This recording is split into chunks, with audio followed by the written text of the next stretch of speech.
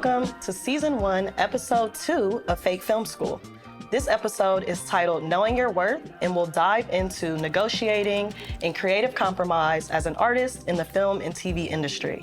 I'm a film producer, director, a multi-hyphenate mogul with taste, the curator of Fake Film School, and your host today, Jazmin Bryant. Thanks for tuning in. Gracing us with her presence, a multi-hyphenate film director coming from the East Coast to the West Coast, incredible filmmaker who's won Best Short at Montclair Film Festival, New Vision, as well as Newark Film Festival. Past editing credits for Fenty Beauty, photography credits for Diva Curl, as well as a fierce freelance director for many major labels, and owner and founder of Common Courtesy, a boutique production company with a clear mood and tone, serving us with the East Coast grit, one of my favorite directors and friends, Brittney Briggs. Hello. Thank you for being here. Thank you for inviting me. Of course. How are you? How's I'm it good. going? You know, California, you can never really be sad or anything. The sun's beaming, so it's a good Sunday. Thank you for being here. Happy Sunday. As you all know, at Fake Film School, we operate through segments. And our first segment is titled Class Topic, Today's class topic is knowing your worth. where we'll dive into negotiating and creative compromise as an artist in the film and TV industry. Let's get into it. All right.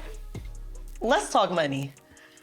Briggs, what is your rate and how do you come up with a budget based on said project? I wouldn't say I have a set rate. I think a lot of what it comes down to is what the budget requires and how I can fit within that budget to get the entire project complete. So it could range from a project that's like $5,000 all the way up to like $50,000. And within that budget, I would find a number that works for me that I think I know is my worth and then kind of work from there.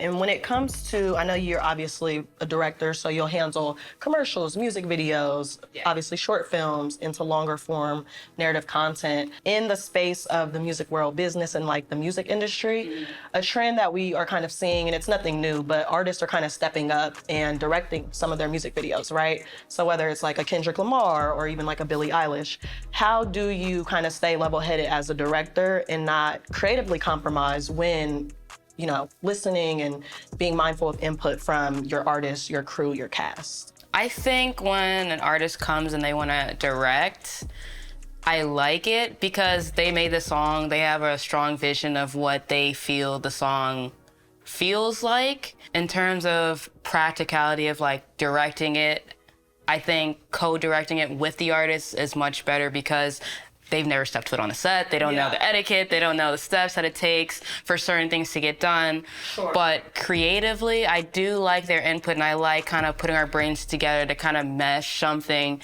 that works practical, but like also within the realms that they were like looking for.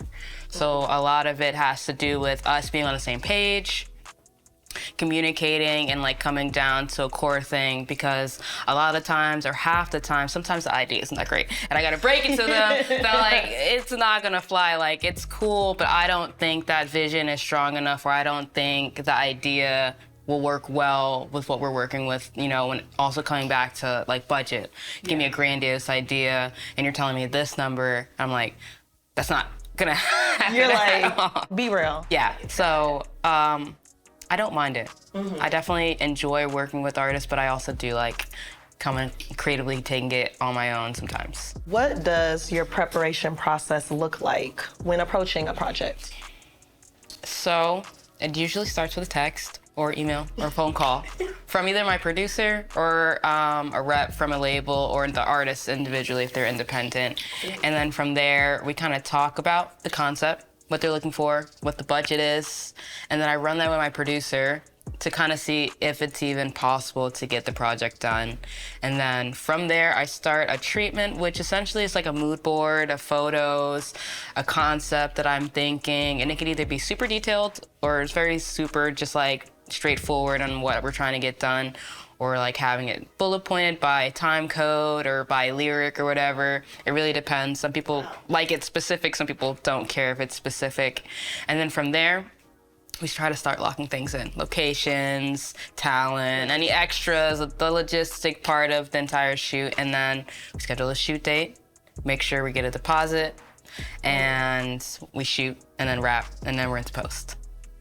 And you take it to post? Yeah, I usually take it to post if I'm directing it. I'm an editor mostly too, so I 90% of the time I am editing anything I direct. I love that. Yeah. And those are like some of my favorite directors. Yeah. I think the director's the closest visionary to what the audience sees. So the fact that you're in there chopping and you're in the edit room kind of seeing it through is really dope.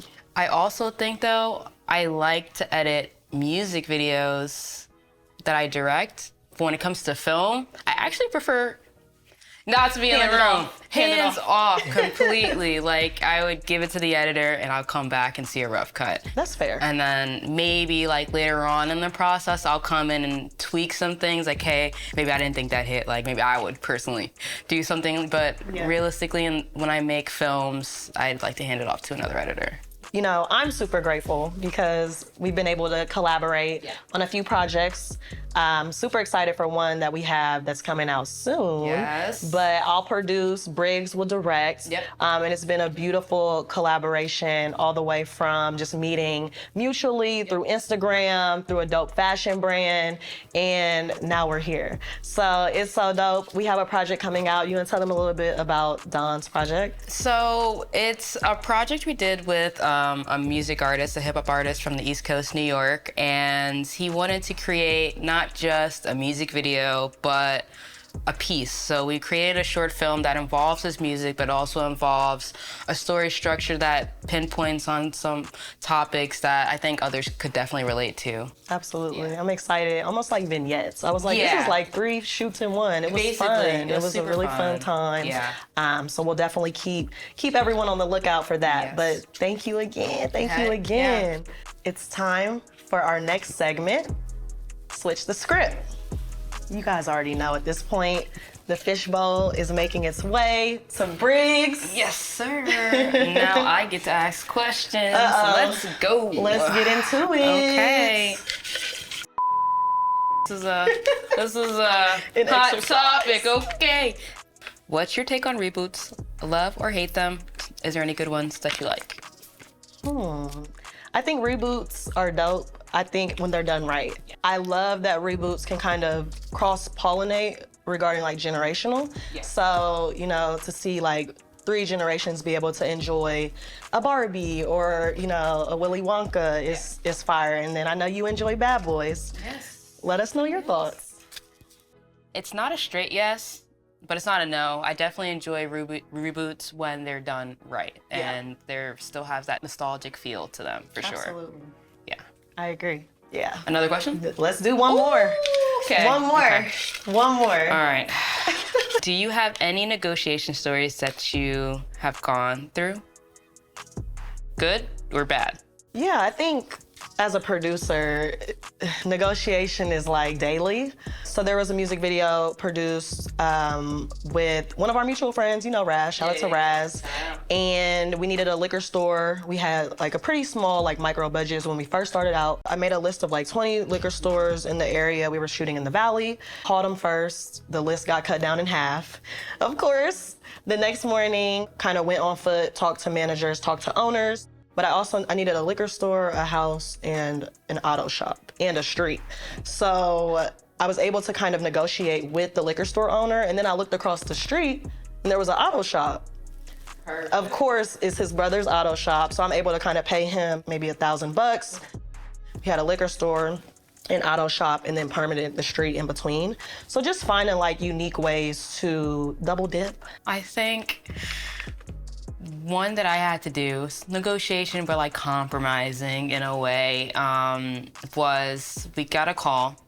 They're like, hey, can you do a shoot like by tomorrow? Like basically the night before for the other night.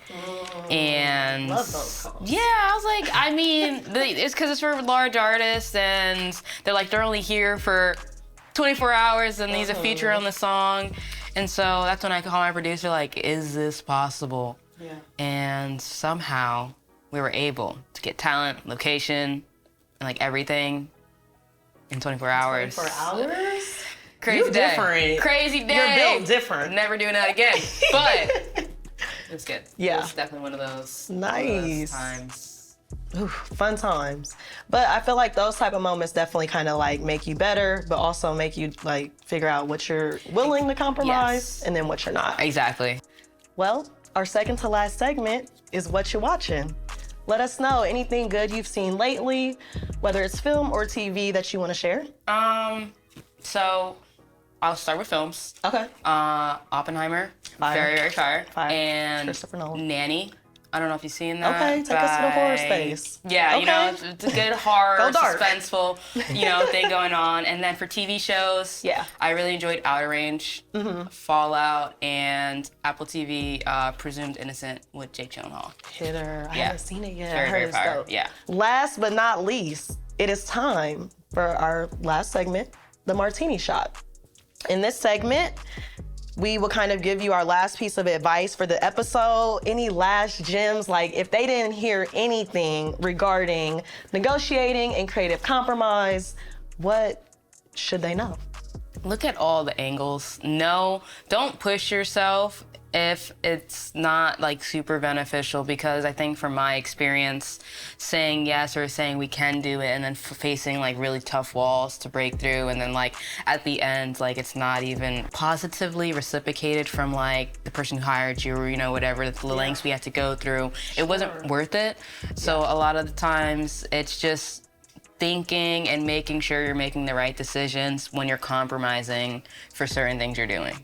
And I think just like when it comes to negotiating, just being informed. Yeah. Like knowing what, kind of industry standard contracts look like, kind of knowing what, the general rates that are kind of industry standard are.